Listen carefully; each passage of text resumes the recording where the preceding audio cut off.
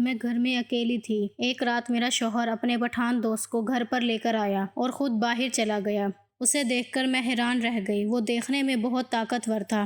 اسی رات میں موقع کا فائدہ اٹھا کر اس کے کمرے میں گئی، لیکن وہ تو پہلے ہی انتظار میں تھا۔ اس نے مجھے پکڑ کر 1 گھنٹہ کیا عورت کا غیر محرم کے ساتھ اکیلے گھر میں رات گزارنا ٹھیک رہتا ہے؟ یہ کہانی لازمی سنیے۔ بچے اس ویڈیو سے دور رہیں۔ میں بہت زیادہ حسین تھی، لیکن میرا میاں مجھے ذرا بھی وقت نہیں دیتا تھا۔ میرے لیے اپنے جذبات پر قابو کرنا بہت مشکل کام تھا۔ میں نے کئی بار اپنے آپ کو غلط راستے پر چلنے سے روکا، لیکن میں جوان تھی اور اکیلی تھی۔ آخر کب تک اپنے آپ کو روکے رکھتی؟ ایک رات میاں کی غیر موجودگی میں جوان ڈرائیور کو کمرے میں بلایا، اور جب اس نے اپنا کام دکھایا تو وہ بڑا ہی کمال کا ڈرائیور نکلا۔ اس نے پہلی ہی رات میرے ہوش اڑا دیے۔ اس اکیلے میں ہی 7 مردوں جتنی طاقت تھی۔ وہ ہٹا کٹا، جوان اور صحت مند تھا۔ میرا ڈرائیور پٹھان تھا۔ اس نے اپنی طاقت سے مجھے پوری طرح زیر کر دیا تھا، اور میں اس کے آگے بے بس ہو گئی تھی۔ میں نے کبھی سوچا بھی نہیں تھا کہ میں اپنے ہی گھر میں، اپنے ہی بیڈ روم میں اس طرح ایک جوان لڑکے کا شکار بن جاؤں گی، اور جو کچھ بھی ہوا تھا اس کی شروعات میں نے ہی کی تھی۔ اسی لیے میں اس کام کا کسی دوسرے کو الزام بھی نہیں دے سکتی تھی۔ میرے ڈرائیور نے میرے ساتھ ایسا کام کیا تھا جو 7 مرد بھی مل کر نہ کر پاتے تھے۔ میں حیران تھی اور سوچ رہی تھی کہ کاش مجھے پہلے ہی پتا ہوتا کہ پٹھان مرد اتنے طاقتور ہوتے ہیں کہ اکیلے ہی کئی مردوں کے برابر ہوتے ہیں۔ میں پہلے ہی کسی پٹھان مرد کو اپنی زندگی میں جگہ دے دیتی، اور پھر جب اس پٹھان کی جوانی نے مجھے اپنی اصل طاقت دکھائی تو میں اپنے ہی بیڈ روم میں بے بس رہ گئی۔ اس کے سامنے ایک لفظ بھی نہ نکال سکی۔ اس کی طاقت کے آگے میرا نکھرتا وجود خاک برابر تھا۔ جو اس نے میرے ساتھ کیا وہ جان کر شاید آپ کے ہوش اڑ جائیں گے کہ کس طرح اس نے ایک ہی رات میں میرے ساتھ 2 دفعہ۔ مجھے ہمیشہ سے ہی نقاب کی عادت تھی، اور اسی لیے میں اگر اپنے گھر کی گاڑی میں بھی کہیں جاتی تو نقاب نہ ہٹنے دیتی۔ بہت کم لوگ مجھے میرے چہرے سے پہچان پاتے تھے، لیکن مجھے اس بات پر بڑا فخر تھا کہ مجھے کوئی نہیں پہچانتا، نہ ہی کوئی میری خوبصورتی سے واقف تھا، اور نہ ہی میری عمر سے۔ لیکن ایک دن میرے ڈرائیور نے ایک ایسی بات کہی جسے سن کر میں حیران رہ گئی۔ میں نے عجیب نظروں سے گاڑی کے شیشے میں سے ڈرائیور کی شکل دیکھی۔ وہ بہت ہی سنجیدہ معلوم ہو رہا تھا، اور جب دوبارہ سے اپنی بات دہرائی، اس بار اس کی نظریں میری نظروں سے ٹکرائی، تو میں نے فوراً ہی نگاہوں کا زاویہ بدل لیا۔ میڈم جی، بس ایک موقع کی بات ہے، آپ دیکھیے گا میں آپ کو کیسے خوش کروں گا۔ آپ میری احسان مند رہیں گی اور بار بار مجھے موقع دیں گی۔ اس کی باتیں سن کر میں کچھ گھبرا گئی تھی۔ پتہ نہیں وہ کس موقع کی بات کر رہا تھا۔ میں نے اس کی بات کا کوئی جواب نہ دیا اور خاموشی سے کھڑکی سے باہر دیکھتی رہی۔ لیکن جب گھر پہنچی تو میرے کمرے میں آیا، اور میرا نام فرزانہ ہے اور میرا تعلق امریکہ سے ہے۔ میری پیدائش بھی وہیں ہوئی تھی۔ میرے ماں باپ پاکستانی تھے، لیکن میں کبھی پاکستان نہیں آئی تھی، اور ماں باپ کی وجہ سے میری اردو بہت اچھی تھی۔ اس لیے میں اپنے سارے ملازمین پاکستان سے آئے لوگوں کو ہی رکھتی تھی۔ میں شادی شدہ تھی اور میری شادی کو 12 سال ہونے والے تھے۔ میرا میاں کاروبار کے سلسلے میں زیادہ تر پاکستان میں رہتا تھا۔ ہم لوگ کچھ سال پہلے ہی امریکہ میں شفٹ ہوئے تھے، اور میرے میاں نے وہیں کاروبار شروع کیا تھا۔ وہ کبھی امریکہ تو کبھی پاکستان ہوتے تھے۔ میں اپنے میاں ارشد کی غیر موجودگی میں اکیلے ہی کاروبار بھی سنبھالتی اور گھر کے کام کاج بھی دیکھتی۔ ہم نے سارے نوکر بھروسے کے قابل رکھے تھے، اسی لیے میرے میاں کو مجھے تنہا چھوڑ کر جانے میں کوئی پریشانی نہ ہوتی تھی۔ لیکن ہمارا پرانا ڈرائیور رشید کچھ دن پہلے ہی چھٹیوں پر گیا تھا، اور اسی لیے ارشد نے ایک نئے ڈرائیور کو اس کی جگہ رکھ لیا تھا۔ اس ڈرائیور کا نام زمان خان تھا، اور وہ ہمارے پاس کام کر کے ایک اچھا انسان ثابت ہوا تھا۔ لیکن آج اچانک اس نے مجھ سے جس طرح سے بات کی تھی، مجھے بہت خوف محسوس ہوا تھا۔ اس کی آنکھوں میں چھپے اس کی نظروں کا مفہوم میں پڑھ چکی تھی، اور شاید اس بات پر خوف زدہ ہو گئی تھی کیونکہ ارشد بھی یہاں موجود نہیں تھے، اور اس وقت میں سب کچھ تنہا ہی دیکھ رہی تھی۔ ایک پل کے لیے میرے دل میں خیال آیا، زمان خان پتہ نہیں اکیلا ہے جس کے پیچھے کوئی اور بھی ہے۔ میں جوان عورت تھی، اور میرے لیے یہ بہت ہی خوف زدہ کر دینے والی تھی کہ وہ مجھ سے تنہائی میں کس موقع کا طلبگار تھا۔ اس نے مجھے گھر چھوڑ دیا تھا، اور میں گاڑی سے اتر کر اندر چلی آئی تھی، لیکن میری نگاہیں یہاں وہاں گھوم رہی تھیں۔ میری چھٹی حس بہت تیزی سے کام کرتی تھی، اسی لیے میں ابھی بھی اپنے ارد گرد اس چیز کو محسوس کرنے کی کوشش کر رہی تھی کہ کہیں مجھے کوئی خطرہ تو نہیں ہے۔ میں اپنے کمرے میں آ کر بند ہو گئی اور بستر پر لیٹ کر گہری گہری سانس لینے لگی۔ سامنے ہی ارشد کی تصویر لگی ہوئی تھی۔ مجھے ارشد پر شدید غصہ آ رہا تھا کہ انجان شخص کو گھر میں ملازم رکھنے کی کیا ضرورت تھی۔ اس کی نیت میں کتنا فریب تھا، جی ہمیں کیا معلوم تھا۔ اور پھر ارشد مجھے اکیلا بھی چھوڑ کر چلے گئے تھے۔ پچھلے 4 مہینوں سے ہماری پرانی نوکرانی چھٹیوں پر تھی اور انہی باتوں نے مجھے پریشان کر دیا تھا۔ انہی سوچوں میں گم ہو کر میں نے ارشد کو فون ملایا کہ ان کی واپسی کا معلوم کروں۔ ان کا فون ان کے گارڈ نے اٹھایا اور کہنے لگے کہ ارشد صاحب آج بہت مصروف ہیں، آپ بعد میں کال کر کے بات کیجیے گا۔ اس کے گارڈ کی آواز سن کر میرے تن بدن میں آگ لگ گئی تھی۔ میں بیوی تھی لیکن وہ مجھے اپنے ساتھ کہیں نہیں لے جاتا تھا بلکہ کاروبار میں الجھائے رکھتا تھا اور خود سارے جہاں کی سیر کرتا تھا۔ پیچھے سے آنے والے گانوں کی آواز اور شور سے مجھے بہت اچھی طرح اندازہ ہو گیا تھا یہ میرا میاں اس وقت کہاں ہوگا اور کیا کر رہا ہوگا۔ میں نے غصے میں فون اٹھا کر فون دیوار پر دے مارا تھا۔ اس وقت کمرے کا دروازہ بجنے لگا تھا۔ جیسے ہی میں نے پوچھا کہ کون ہے تو باہر سے زمان خان کی آواز آئی۔ اس وقت میرے کمرے کے دروازے پر کیا کر رہا تھا مجھے سمجھ نہیں آ رہا تھا اور پھر میں نے نقاب کر کے دروازہ کھول دیا۔ اس کو دیکھ کر تو میں مزید اپنے آپ میں سمٹ گئی۔ اس نے میرا پرس میری طرف بڑھاتے ہوئے کہا، میڈم جی آپ تو پرس گاڑی میں ہی بھول آئی تھیں، اپنی چیزوں کا خیال رکھا کریں۔ اور اس کو دیکھ کر میری جان میں جان آئی تھی کہ وہ یہاں کسی خاص مقصد کے تحت نہیں آیا تھا بلکہ میرا پرس لوٹانے آیا تھا۔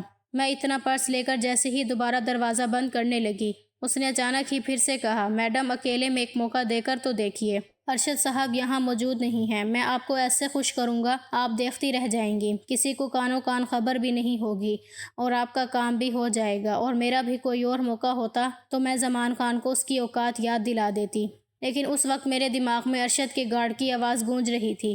میں ارشد کی اجازت کے بغیر ایک قدم بھی نہیں اٹھا سکتی تھی اور وہ میرے علاوہ اپنی مرضی سے عیاشیاں کرتا تھا۔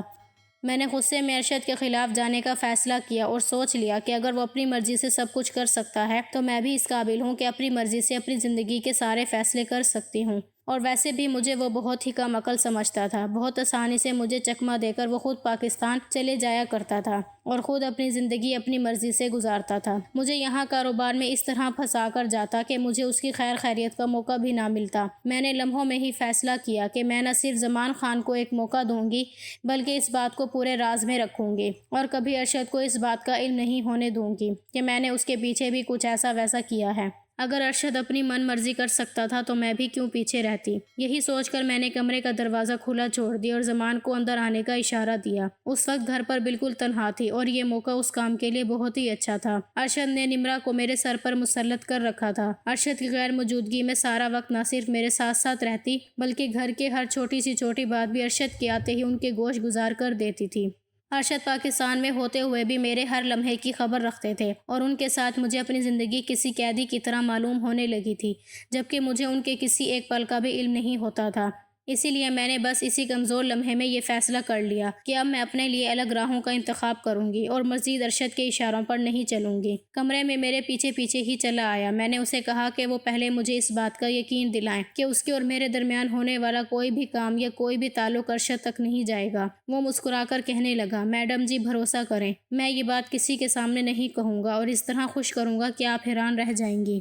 مجھے اس کی بات پر یقین آ گیا تھا، اسی لیے میں نے اپنے چہرے پر سے نقاب ہٹایا اور میں نے کہا کہ ٹھیک ہے، میں اسے آج کی رات کا موقع دے کر دیکھنا چاہتی ہوں۔ اگر واقعی مجھے محسوس ہوا کہ وہ اس قابل ہے کہ میں اس پر مزید بھروسہ کر سکوں یا اس کے ساتھ آگے بڑھ سکوں تو میں کبھی پیچھے نہیں ہٹوں گی۔ میری بات پر وہ مسکرا کر غور سے میرا چہرہ دیکھنے لگا۔ پتہ نہیں وہ میرے حسین چہرے پر کیا تلاش کرنا چاہتا تھا۔ پہلی بار میں ہی میں نے کسی غیر مرد کو اس طرح اپنا چہرہ دکھایا تھا۔ اس کے انداز نے میری ساری جھجک ختم کر دی تھی اور میں نے ارشد کو بھول کر اور بنا اس بات کی پرواہ کیے کہ جب ارشد کو پتہ چلے گا تو کیا ہوگا جلدی سے اس کو ایک موقع دیا تھا۔ میں کب تک ارشد کی بے رخی اور اس تنہائی کو برداشت کرتی؟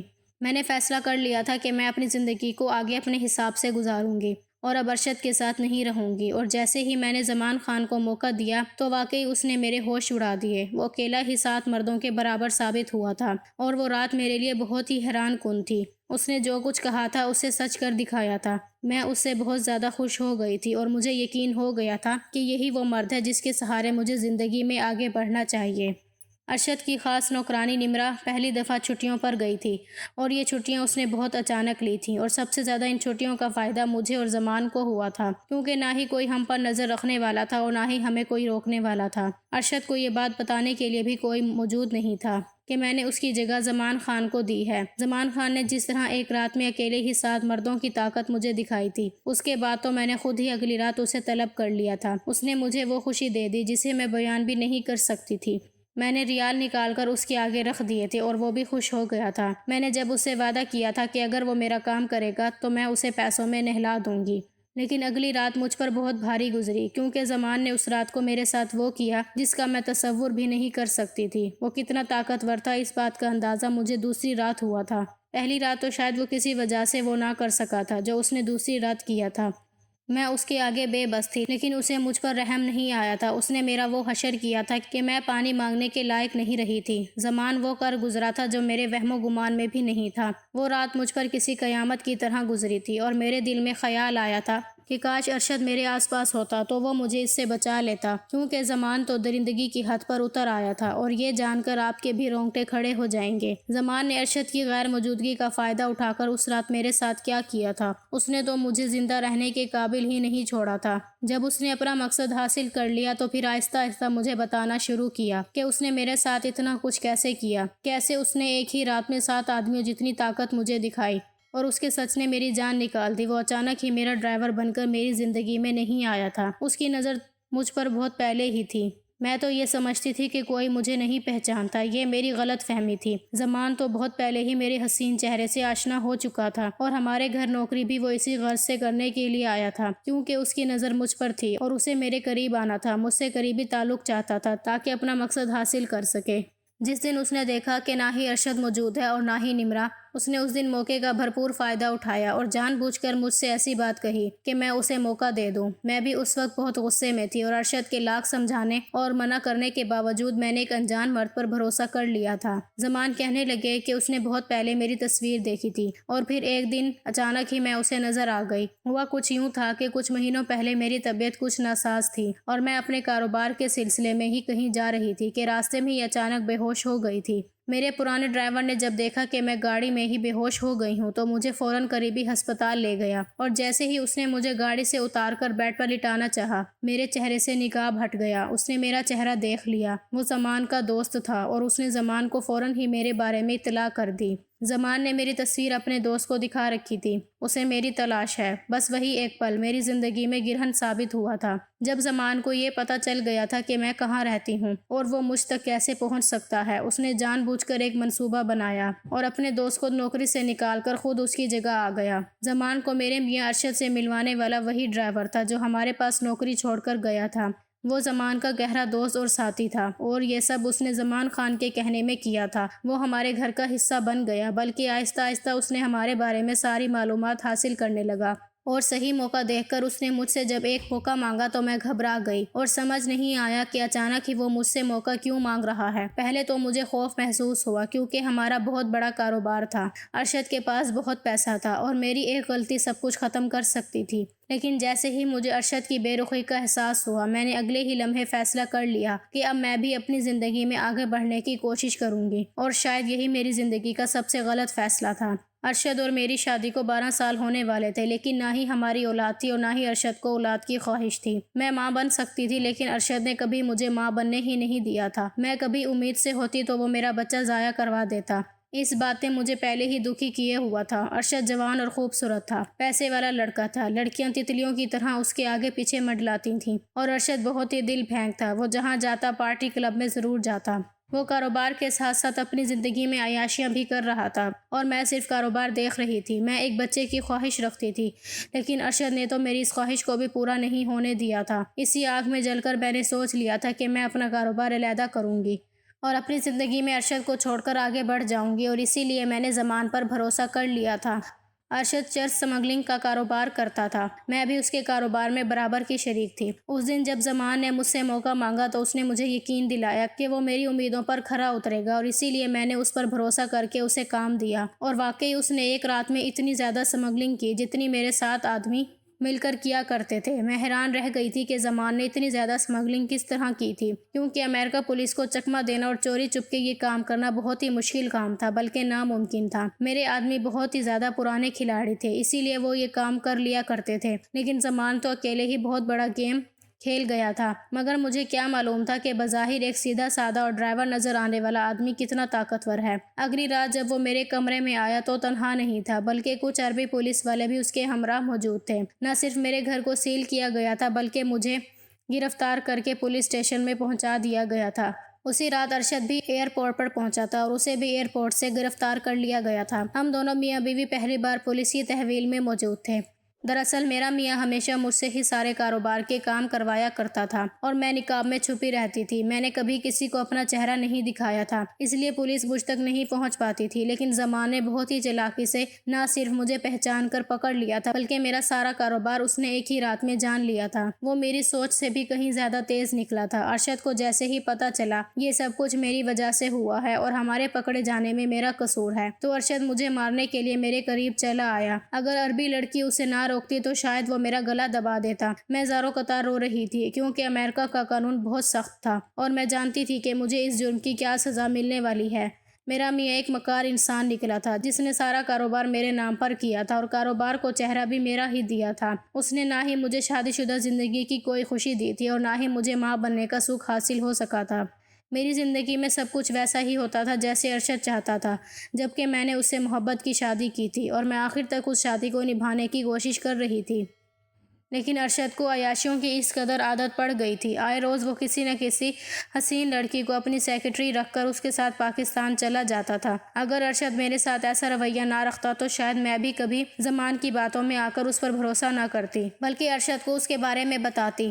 پولیس نے ہر وہ جگہ ٹریس کر لی تھی جہاں ہماری طرف سے سمگلنگ سپلائی ہوتی تھی۔ بہت سارے لوگ پکڑے گئے تھے۔ ایک بہت لمبا کاروبار کا سلسلہ تھا جو میری ایک غلطی سے ختم ہو گیا تھا۔ میں نے پولیس میں اپنا ریکارڈ دے دیا تھا کیونکہ میں جانتی تھی کہ اب یہاں سے بچ نکلنا ممکن نہیں ہے اور اگر ہم کسی طرح باہر نکل بھی جاتے ہیں تو ارشد خود اپنے ہاتھوں سے مجھے مار دیتا کیونکہ میں نے اس کا بنا بنایا کاروبار اجاڑ دیا تھا۔ آج میں جیل میں سلاخوں کے پیچھے بیٹھی ہوں اور اپنی سزا کے انتظار میں ہوں۔ مجھے اور میرے میاں کو بہت سخت سزا ہونے والی ہے کیونکہ ہم نے بہت سے جوان لڑکے لڑکیوں کی زندگیاں تباہ کی ہیں۔ زمان پٹھان ضرور تھا لیکن وہ ایک عربی پولیس والا تھا اور اس نے پوری ذمہ داری کے ساتھ اپنا فرض نبھایا تھا۔ کبھی کبھی وہ مجھ سے ملنے کے لیے جیل کے اندر چلا آتا تھا لیکن میں اسے دیکھ کر ہمیشہ اپنا چہرہ موڑ لیتی۔ میں نے اسے ایک موقع دیا تھا اور واقعی اسے ایک موقع نے میری پوری زندگی بدل دی تھی۔ میں اپنے بڑے سے بنگلے سے اٹھ کر جیل کی سلاخوں کے پیچھے پہنچ گئی تھی۔ زمان نے مجھے احساس دلایا تھا کہ میں جس رستے پر چل رہی تھی وہ تو سراسر غلط تھا۔ لڑکے لڑکیاں ڈرگز کی لت میں پڑ کر اپنی زندگیاں ہار رہے تھے۔ یہ سب کچھ صرف اور صرف میرے نام پر ہو رہا تھا۔ وہ ٹھیک کہہ رہا تھا، ارشد کی محبت میں صحیح اور غلط بھول گئی تھی اور بہت بڑا نقصان پایا تھا۔ میں اپنی سزا کی منتظر ہوں اور جیل کی سلاخوں کے پیچھے بیٹھی ہوں اور دعا کیجیے گا کہ خدا میرے گناہوں کو معاف کر دے اور میرا ضمیر مطمئن ہو جائے کیونکہ جب سے زمان نے میرے ضمیر کو جگایا ہے میرے لیے ایک پل گزارنا مشکل ہو گیا ہے۔